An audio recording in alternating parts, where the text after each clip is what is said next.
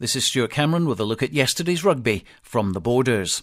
The British and Irish Cup began in earnest, and for Melrose it was their third year of taking part, while for Gala it was a new experience. The good news is that both Borders teams won their games, and both came from behind to get their victories. So let's start at Netherdale, where Gala took on London Scottish. The teams had met 3 times before, in the 50s, the 70s and the 90s, with Gala winning 2 of the games, and within 8 minutes they were 10-0 up, with Grant Somerville scoring a try converted by Lee Miller, who also scored a penalty. But London Scottish came back, scoring 20 unanswered points before the break to put the Richmond side in control. After the George Graham half-time team talk, Gala switched up a couple of gears and they scored 2 converted tries from a Peter Palapoy and Craig Robertson. And when Miller added a drop goal, Gala had a 4-point lead going into injury time.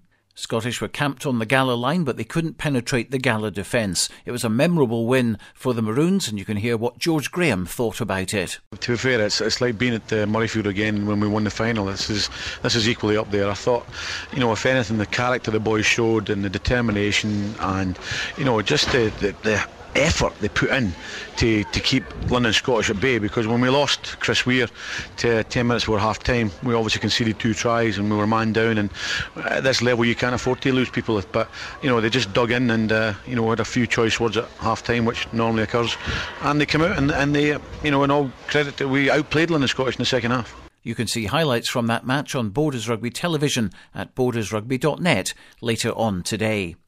Melrose also came from behind to win their game down in Doncaster by 30 points to 29. They got off to a dream start with a Bruce Colvin try early on, but Doncaster were in the lead 19-7 at the interval.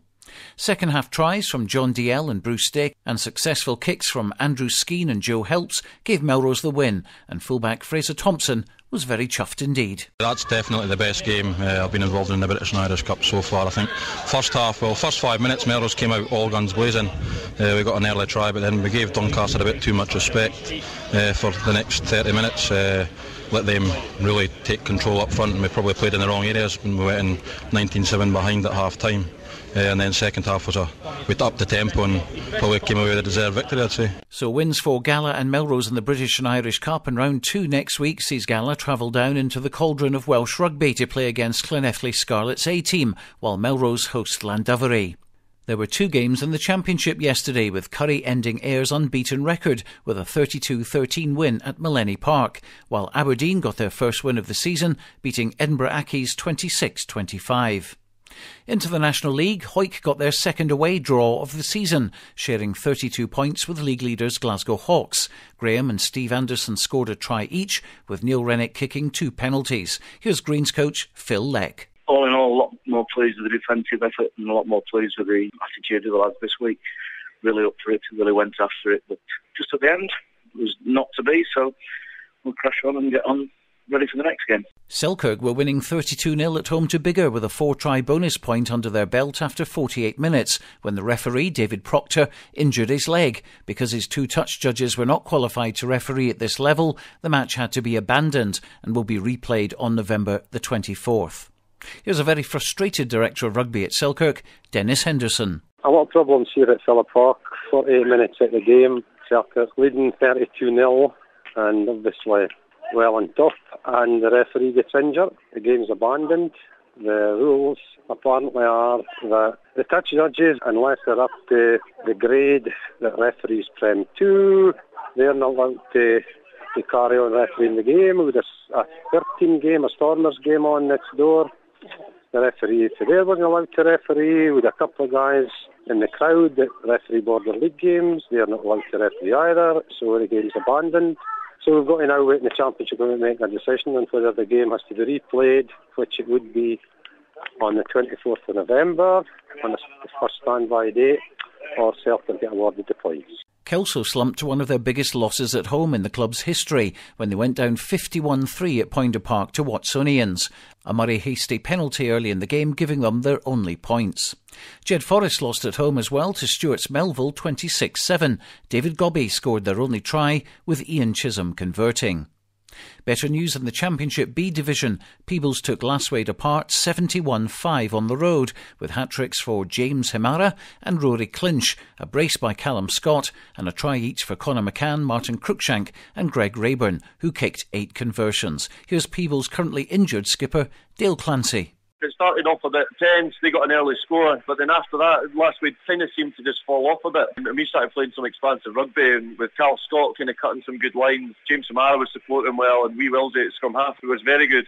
We kept scoring some good tries out wide with our wingers getting a hat-trick, and they kind of just fell off a lot. It was kind of unexpected from last week, but we played really well. It was just some good expansive rugby, some open stuff, and we were playing some good rugby, so I was very pleased with it. And we never dropped the pace today, which was a big positive thing.